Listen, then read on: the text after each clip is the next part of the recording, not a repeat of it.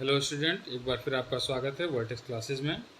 जैसा कि आपको पता है, आपके एग्जामिनेशन को देखते हुए हम लोगों ने मल्टीपल चॉइस क्वेश्चन की एक सीरीज़ स्टार्ट किया था, जिसमें हमारी कोशिश ये है कि फ़िज़िक्स के हर एक पेपर को इंक्लूड किया जाए और उसके क्वेश्चन मल्टीपल चॉइस टाइप में बना के आपको एक हिंट दिया जाए एग्जामिनेशन में किस तरह के क्वेश्चन आपके पूछे जा सकते हैं।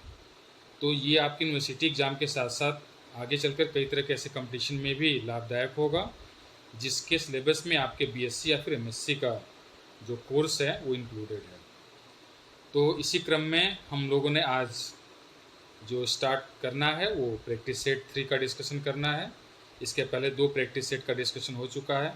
ये थर्ड प्रैक्टिस सेट हम ऑप्टिक्स से लिए हुए हैं और इस प्रैक्टिस सेट को हमने आज आपको टेस्ट के रूप में भी दिया था, जिसमें कुछ बच्चों ने पार्टिसिपेट किया और वहाँ पर उनके द्वारा जो दिया गया आंसर है अभी भी हमारे पास सेव है। आप इसमें दिए गए आंसर के साथ अपने आंसर को मैच कीजिएगा और फिर उसके बाद हमें बताइएगा कि आपने 15 क्वेश्चन में कितने आपके सही आंसर आए हैं। तो आइए हम स्टार्ट करते हैं थर्ड प्रैक्टिस सेट, जो कि ऑप्टिक्स से लिया गया है। क्वेश्चन नंबर वन में Huygens eyepiece is also known as, इसका मैंने टिक कर दिया है पहले ही, निगेटिव आईपीस। हाइजन आईपीस को निगेटिव आईपीस क्यों कहा जाता है? Because in Huygens eyepiece, the inverted image formed by the objective of the microscope lies behind the field lens, and that image is virtual. इसमें रियल इमेज नहीं बल्कि virtual image बनता है। Due to this reason, the Huygens eyepiece is also known as negative eyepiece, and this eyepiece cannot be used to examine a real image. So, पहले का जो right answer होगा वो आपका सी होगा। क्वेश्चन नंबर 2 की हम बात करते हैं। इसमें thin converging lens and a thin diverging lens of each focal length 10 centimetre are placed को एक्चुअली 5 सेंटीमीटर अपार्ट। ध्यान से पढ़िएगा इसमें क्वेश्चन को। एक कन्वर्जिंग लेंस है और एक आपका डाइवर्जिंग लेंस है। दोनों की फोकल लेंथ दी गई है 10 सेंटीमीटर और एक दूसरे से 5 सेंटीमीटर की दूरी पर रखा गया है। इस तरह के बहुत सारे क्वेश्चन हमने आपको प्रॉब्लम में डिस्कस कराए थे जब हमने general theory of image formation वाला चैप्टर डिस्कस किया था ऑप्टिक्स में। तो अगर आपको आइडिया होगा उसका तो कहीं कोई दिक्कत इसमें नहीं होगी। अगर नहीं है आइडिया, भूल गया है, तो इसके लिए मैं हिंट दे देता हूँ।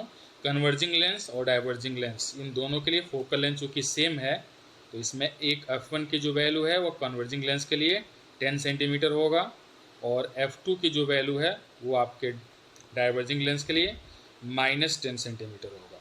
कॉन्वेक्स लेंस के लिए आपको पता है पॉजिटिव होता है, कॉन्केव के लिए निगेटिव होता है। R1 R2 की वैल्यू अगर दी गई है, D का मान दिया हुआ है, इसमें दोनों के बीच का डिस्टेंस वो कितना है 5 सेंटीमीटर है।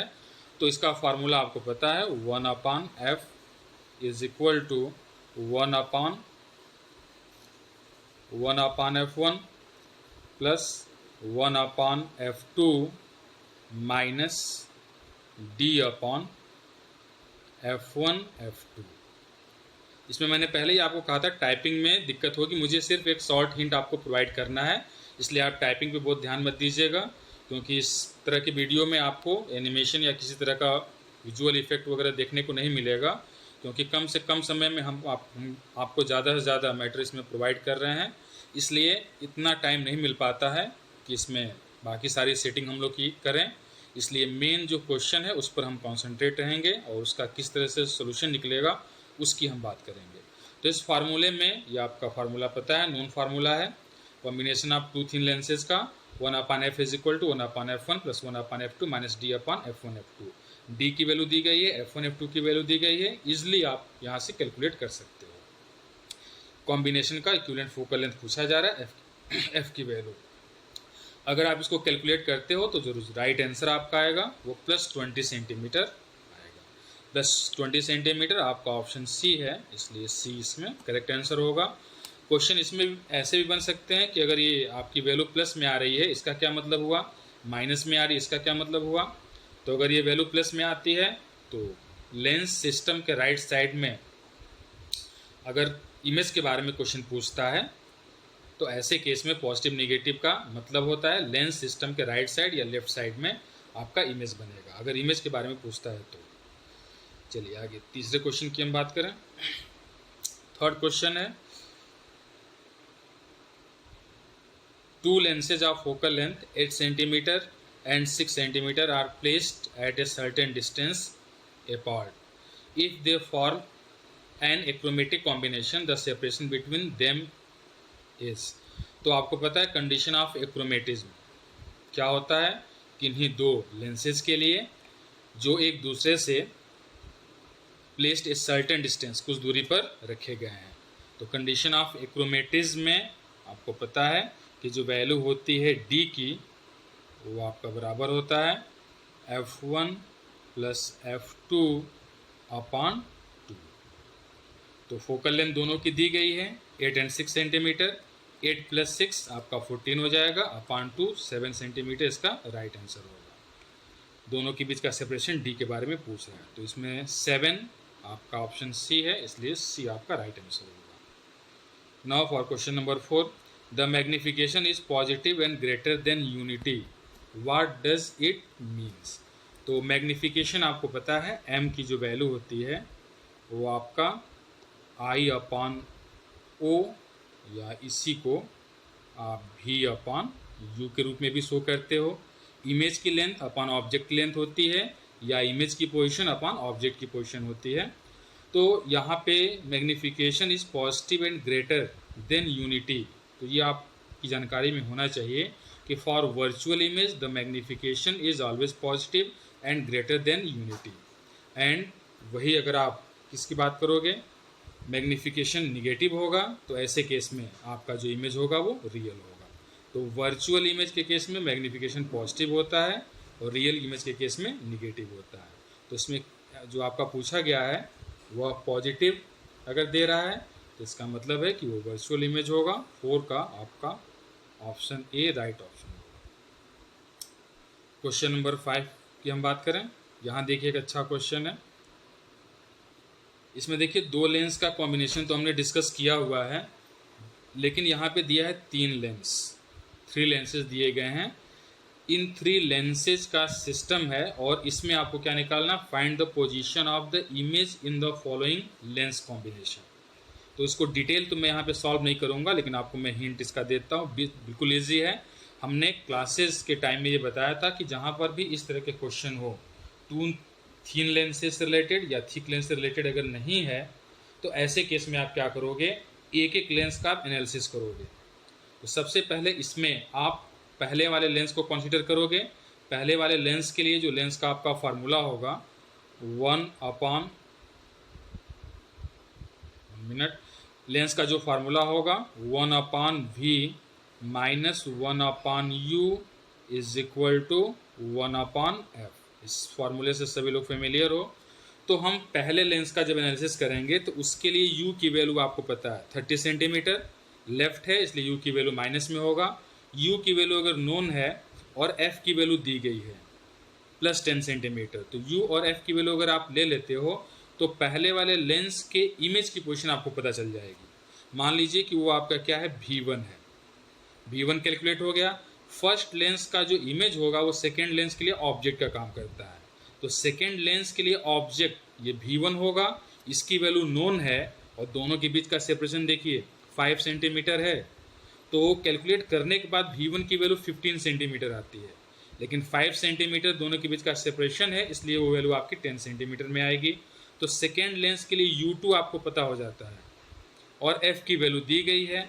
तो इससे हम सेकेंड लेंस के लिए इमेज की पोजीशन V2 का मान हम निकाल लेते हैं। ओके, फाइनली हम आएंगे थर्ड लेंस पे। जो थर्ड लेंस है उसके लिए अब ऑब्जेक्ट का काम सेकेंड लेंस का इमेज यानी कि V2 करता है। तो इस V2 की वैल्यू को हम थर्ड लेंस के फार्मूले में U की जगह यूज करेंगे। और तीसरे लेंस का फोकस दूरी आपको पता ही है, इसलिए तीसरे लेंस के लिए जो इमेज की पोजीशन होगी V3 वो आपका इजीली कैलकुलेट हो जाएगा। तो यहाँ पर कुल मिला के आपको 3 बार ये फोकल लेंथ का फार्मूला यूज करना है। एक बार पहले लेंस के लिए, एक बार दूसरे लेंस के लिए, एक बार तीसरे लेंस के लिए। दूसरे लेंस के लिए ऑब्जेक्ट का काम पहले लेंस का इमेज करेगा और तीसरे लेंस के लिए ऑब्जेक्ट का काम दूसरे लेंस का इमेज करेगा। फाइनली आप कैलकुलेट कीजिएगा तो इसकी जो वैल्यू आएगी वो प्लस 30 सेंटीमीटर आएगा। तो इसमें देखिए आपका जो ऑप्शन है जो दिए गए हैं उसमें प्लस 30 सेंटीमीटर तो है, 2 जगह है, लेकिन 30 centimetre to the right of the third lens. चूँकि ये वैल्यू पॉजिटिव में आती है, यही हमने ऊपर वाले क्वेश्चन में मेंशन करना चाहा था कि वैल्यू पॉजिटिव आ रही है, इसलिए वो राइट लेंस के राइट साइड बनेगा। तो इसमें +30 है, इसलिए ऑप्शन ए आपका राइट होगा, 30 centimetre to the right of the third lens, option a. आइए क्वेश्चन नंबर 6 की बात करें। The refractive index of a plano convex lens is 1.6 for violet and 1.5 for red. Red और वायलेट दोनों के लिए रिफ्रैक्टिव इंडेक्स की जो वैल्यू है वो दी गई है। The radius of curvature is 0.20 centimetre. The separation between violet and red foci of the lens is. तो यहाँ देखिए, आप वायलेट और रेड इन दोनों के लिए आप लेंस का फार्मूला यूज करोगे। तो लेंस का फार्मूला आपको याद होगा, थिक लेंस के लिए जो दिया गया था 1/f is equal to mu, red के लिए अगर लेंगे तो म्यू r -1 और फिर 1/r1 प्लस 1/r2।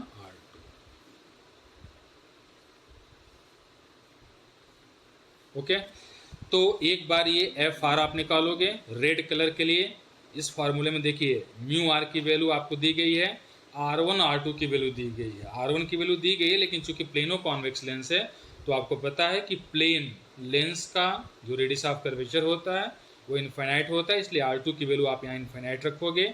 R1 की वैल्यू दी गई है 0.20 सेंटीमीटर, R1 R2 और म्यू आर अगर नोन है तो आपको 1/f(r) की वैल्यू मिल जाएगी। इसी तरीके से सेकेंड फार्मूले में आप 1/fv निकाल लोगे, वो किसके बराबर आएगा, वो म्यू वी -1 और फिर 1/r1 प्लस 1/r2 के फॉर्म में आ जाएगा। R1 R2 की वैल्यू सेम रहेगी। वायलेट कलर का रिफ्रैक्टिव इंडेक्स आप यहाँ पे रखोगे तो आपको कैपिटल एफ वी की वैल्यू मिल जाएगी। अब यहाँ पर आप इन दोनों का डिफरेंस ले लीजिए, capital F R minus capital F V. जब आप निकालिएगा तो separation between violet and red colour के लिए आपको फोकल लेंथ मिल जाएगा। ओके, आप जब कैलकुलेट कीजिएगा separation between violet and red colour, तो आपका जो करेक्ट आंसर होगा 0.07 सेंटीमीटर आएगा, और वो आपका ऑप्शन सी है, इसलिए ऑप्शन सी इसका राइट आंसर होगा। क्वेश्चन नंबर 7 की बात करें। A ray of light travel from a medium of refractive index m1 to a medium of refractive index m2 if I and R are the angle of incident and refraction, then what is sin I upon sin R? ये तो आपका well known पता है, Snell's law of refraction. Snell law of refraction में आप कहते हो sine I upon sine R की जो वैल्यू होगी वो आपकी बराबर होती है μ2 अपॉन μ1 या m2 अपॉन m1, जो भी आप रिफ्रैक्टिव इंडेक्स को इंडिकेट करोगे। तो स्नेल लॉ ऑफ रिफ्रैक्शन से आप sine I upon sine R की वैल्यू को इजीली कैलकुलेट कर सकते हो, जिसमें आई आपका एंगल ऑफ इंसिडेंट होता है और आर आपका एंगल ऑफ रिफ्रैक्शन होता है, और इसमें m2 और m1 की जो वैल्यू है वो आप यहाँ पे m2 अपान m1 के रूप में लिखोगे। इसी को हम लिखते हैं μ21। यहाँ म्यू के बजाय आपका सिंबल m अगर दिया हुआ है तो ये m21 होगा। इसका मतलब क्या हुआ, refractive index of the second medium with respect to first medium. In generally हम इसको सिर्फ म्यू से भी दिखाते हैं, और चूंकि रिफ्रैक्टिव इंडेक्स की वैल्यू आपकी कांस्टेंट है, इसलिए sine I upon sine R की जो वैल्यू है वो कांस्टेंट होती है। इसी को हम स्नेल लॉ ऑफ रिफ्रैक्शन भी कहते हैं। इसलिए जो 7th है उसका करेक्ट आंसर आपका ऑप्शन डी होगा, m21, refractive index of medium 2 with respect to medium 1।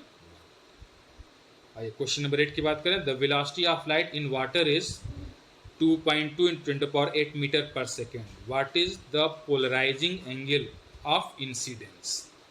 तो ये भी देखिए, आपको पता है कि जो ब्रेवस्टर लॉ है वो क्या कहता है, mu is equal to 10IP, जहाँ IP एंगल ऑफ पोलराइजेशन है। तो इसमें what is the polarising angle, यही आपको IP की वैल्यू निकालना है। तो IP की वैल्यू आपकी हो जाएगी IP is equal to 10 inverse mu. अब यहाँ पर म्यू की वैल्यू कैसे कैलकुलेट होगी, जबकि दिया हुआ है आपको क्या, वेलोसिटी। तो आपको पता होगा रिफ्रैक्टिव इंडेक्स के बारे में बताया गया था, बिल्कुल बेसिक चीज़ है आपका। क्या होता है? तो रिफ्रैक्टिव इंडेक्स की value speed of the light in vacuum upon speed of the light in material medium होता है, इसलिए mu is equal to c upon v आपका होगा। ओके, तो यहाँ से आपको अगर वी पता है तो आप म्यू को इजिली कैलकुलेट कर सकते हो। Mu is equal to c upon v, speed of the light in vacuum and speed of the light in material medium. तो v की वैल्यू अगर दी गई है, c की वैल्यू आपकी नोन है, 3 × 10⁸ होता है। तो ऐसे केस में आपका 3 अपॉन 10⁸ कैंसिल हो जाएगा, 3 अपॉन 2.2, 3 अपॉन 2.2 ये आपकी वैल्यू हो जाएगी म्यू की। यहाँ म्यू को रख दीजिए, तो ये 10 इनवर्स ये निकालोगे आप कैलकुलेट करके तो 1.363 आएगा। ऐसे केस में 10 इनवर्स 1.363 की वैल्यू अगर आप कैलकुलेट करते हो तो ये आपका आता है 53.74, और 53.74 इसमें आपका ऑप्शन सी में दिया गया है, इसलिए ऑप्शन सी आपका राइट आंसर होगा। आइए बात करते हैं क्वेश्चन नंबर 9 का। What should be the thickness of quarter wave plate for a light of wavelength 5890 angstrom if mu E is equal to 1.553 and mu o is equal to 1.544। तो देखिए इस तरह का क्वेश्चन भी हमने जब क्लास लिया था तो आपको डिस्कस किया था, कई सारे क्वेश्चन हमने डिस्कस किया था, क्वार्टर को लेकर भी, हाफ को लेकर भी, पॉजिटिव क्रिस्टल को लेकर भी, निगेटिव क्रिस्टल को लेकर भी। तो यहाँ पे क्वार्टर वेव प्लेट का केस है, तो ऐसे केस में आपको पता है क्वार्टर वेव प्लेट के लिए जो आपका फार्मूला होता है थिकनेस का, वो आपका होता है λ/4 और म्यू ई माइनस म्यू ओ। ये बदल जाता है जब आप पॉजिटिव निगेटिव क्रिस्टल की बात करते हो। तो इस केस में आपका वेवलेंथ का मान दिया हुआ है 5890 एंगस्ट्रॉम। इसमें देखिए ऑप्शन सारे आपके सेंटीमीटर में दिए गए हैं, इसलिए लेमडा की वैल्यू जो एंगस्ट्रॉम में है उसको भी आप सेंटीमीटर में चेंज कर लोगे। और उसके बाद म्यू ओ का मतलब क्या हुआ? रिफ्रैक्टिव इंडेक्स किसके लिए? ऑर्डिनरी रे के लिए उस मीडियम में, और मीडियम मतलब क्रिस्टल में, और म्यू ई का मतलब है refractive index due to the extraordinary ray. तो ये वैल्यू जब आप रख दीजिएगा तो lambda mu e mu o known है, टी की वैल्यू आपकी इजिली कैलकुलेट हो जाएगी। अगर आप कैलकुलेट करते हो तो इसकी वैल्यू आती है 1.63 × 10⁻³ सेंटीमीटर। ये आपका दिया हुआ है डी में, इसलिए डी आपका राइट आंसर होगा क्वेश्चन नंबर 9। 10 की बात करते हैं। Which of the following is a uniaxial crystal. तो देखिए ये भी आपको बताया गया था, यूनी एक्सियल और बाई एक्सियल क्रिस्टल की बात क्या होती है या किसे कहते हैं। तो आपको शायद याद हो कि हमने बताया था यूनी एक्सियल क्रिस्टल वो क्रिस्टल होते हैं जिसमें केवल एक ही ऑप्टिक एक्सिस पाया जाता है, जबकि बाई एक्सियल वो क्रिस्टल होते हैं जिसमें 2 ऑप्टिक एक्सिस पाया जाता है। ओके, ऑप्टिक एक्सिस के बारे में भी आपको बताया गया था। तो ऑप्टिक यूनी एक्सियल क्रिस्टल के एग्जाम्पल के रूप में क्वार्ट्ज क्रिस्टल का नाम लिया गया था। तो यहाँ पे देखिए क्वार्ट्ज जो क्रिस्टल है उसमें एक ही ऑप्टिक एक्सिस होता है, इसलिए वो आपका यूनी एक्सियल क्रिस्टल होगा, जबकि सेलेनाइट, माइका, बोरैक्स में 2 ऑप्टिक एक्सिस होते हैं, इसलिए ये जो तीनों होंगे वो आपके यूनी एक्सियल नहीं बल्कि बाई एक्सियल आपके क्रिस्टल कहलाएंगे। Question number 12। If light travel in a medium of refractive index 1.4 through a distance 250 metre in a given time interval, then how much distance will it cover in refractive index 1.75। तो देखिए आसान question है, format principal का है ये। इसमें light का propagation है एक मीडियम से दूसरे मीडियम में। फर्स्ट मीडियम का रिफ्रैक्टिव इंडेक्स दिया गया है 1.4 और सेकेंड मीडियम का रिफ्रैक्टिव इंडेक्स दिया गया है 1.75। फर्स्ट मीडियम में जो ज्योमेट्रिकल डिस्टेंस लाइट के द्वारा तय की गई है वो 250 मीटर है।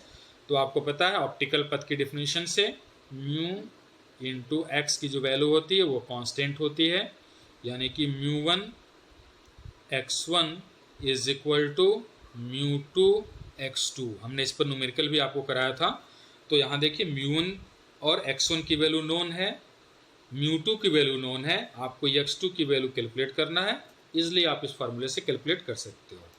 कैलकुलेट करने के बाद आप देखिएगा तो इसका जो क्वेश्चन आएगा वो 200 मीटर आएगा, इसलिए ऑप्शन सी दिया गया है 200 मीटर, ये आपका राइट आंसर होगा। क्वेश्चन नंबर 12 की हम बात करें, a window which can transmit all the incident light without any reflection is called. Transmit all the incident light, question number 12। तो आपको पता है कि ब्रेवेस्टर जो लॉ है, अगर उसके एप्लीकेशन की बात करें तो वहाँ पर ब्रेवेस्टर विंडो की बात आती है। उसकी विशेषता ये होती है कि जब हम लाइट को उस पर इंसिडेंट कराते हैं तो ऐसे केस में मोस्ट ऑफ द इंसिडेंट जो लाइट होती है वो ट्रांसमिट हो जाती है। उसमें 100% तो आप नहीं कर सकते हो, लेकिन मोर देन 92% की जो लाइट होती है उसको वो ट्रांसमिट कर देता है। इसलिए जो करेक्ट आंसर आपका होगा वह ब्रेवेस्टर विंडो होगा, जो कि एक एप्लीकेशन के रूप में यूज होता है, जो काम करता है ब्रेवेस्टर लॉ के कॉन्सेप्ट पे। क्वेश्चन नंबर 13 की बात कर रहे हैं, what should be the phase difference between the two plane polarized wave vibrating at right angle to each other to produce circularly polarized light. तो देखिए इसको डिटेल में बताया गया था सर्कुलरली, इलिप्टिकली और प्लेन पोलराइज्ड लाइट के बारे में। इसका मैथमेटिकल एनालिसिस भी किया गया था और साथ ही साथ इसका थ्योरेटिकल डिस्कशन भी किया गया था with the help of polarizer and analyzer. तो अगर आपको याद हो तो फेज डिफरेंस जब π/2 होता है तो ऐसे केस में आपकी जो लाइट होती है वो आपकी प्लेन पोलराइज्ड लाइट होती है। यही पूछ रहा है, तो phase difference between the two plane polarized light waves vibrating at right angle to each other to produce circularly polarized light. Circularly polarized light के लिए कंडीशन आपकी है कि जो फेज डिफरेंस है वो आपका π/2 होना चाहिए, जबकि वही इलेक्ट्रिकली के केस में π/2 के अलावा जो फेज डिफरेंस है वो कंसिडर किया जाता है, जबकि π/2 के केस में जो लाइट आपकी होती है वो सर्कुलरली पोलराइज्ड लाइट होती है।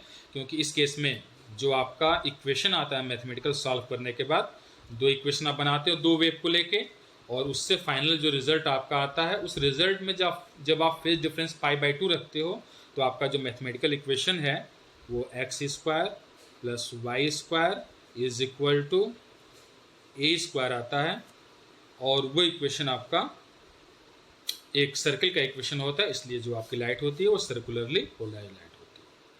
Okay, question number 14। Question number 14 में है, what does the following graph show. ये जो दिया गया ग्राफ है वो क्या शो कर रहा है, ये भी आपका प्लेन सर्कुलरली और इलिप्टिकली पोलराइज्ड लाइट से ही लिया गया क्वेश्चन। तो इसमें ध्यान से अगर क्वेश्चन को आप देखिएगा तो इसमें जो आपका ग्राफ है वो लीनियरली पोलराइज्ड लाइट को शो कर रहा है, क्योंकि इसमें जो वाइब्रेशंस हैं वो रिस्ट्रिक्टेड है कि इसमें XY प्लेन में। ओके, इसलिए इसमें जो लाइट होगी आपकी सर्कुलरली लीनियरली पोलराइज्ड लाइट होगी। ऑप्शन ए आपका इसमें राइट ऑप्शन होगा। Now question number 15, A tube of length 20 centimetre containing a 10 centimeter sugar solution rotate the plane of polarization by 13.2 degree. What is the specific rotation of sugar solution? तो ये देखिए question आपका practical में भी मिलता है और साथ ही साथ थ्योरी में भी आपको मिलता है। स्पेसिफिक रोटेशन के बारे में पूछा गया है, आपको पता है उसका formula S = tan θ/L × C होता है। ओके, जिसमें length of the tube L होती है, C आपका कॉन्सेंट्रेशन होता है और थीटा आपका शुगर रोटेट जो एंगल करता है उस एंगल की वैल्यू होती है। तो इसमें थीटा की वैल्यू नोन है, L की वैल्यू नोन है, C की वैल्यू 10% दिया हुआ है, तो C = 10 × 1/100 हो जाएगा, तो 0.1 आपकी वैल्यू हो जाती है कॉन्सेंट्रेशन की। किस में आएगा, ग्राम पर सीसी में आएगा। तो ऐसे केस में L, C और थीटा की वैल्यू को जब आप यहाँ पे पुट कर दोगे और उसके बाद आप सॉल्व करोगे तो जो रिजल्ट आएगा S का वो आपका 66 डिग्री आएगा, जो कि ऑप्शन ए में दिया गया है, इसलिए ऑप्शन ए आपका राइट आंसर। देखिए इस तरीके से हम लोगों ने ये 15 मल्टीपल चॉइस क्वेश्चन को डिस्कस किया जो आपका प्रैक्टिस सेट 3 में दिया गया है। अब इसकी सहायता से आप चाहो तो और भी इस तरह के जो क्वेश्चन हैं वो आप सेल्फ से भी बना सकते हो और उसका डिस्कशन करते हो। अब हम अगले वीडियो में किसी और इलेक्ट्रॉनिक्स वाले पेपर को लेके चलेंगे और उसमें कम से कम 2 प्रैक्टिस सेट की बात करेंगे। आज के लिए बस इतना है।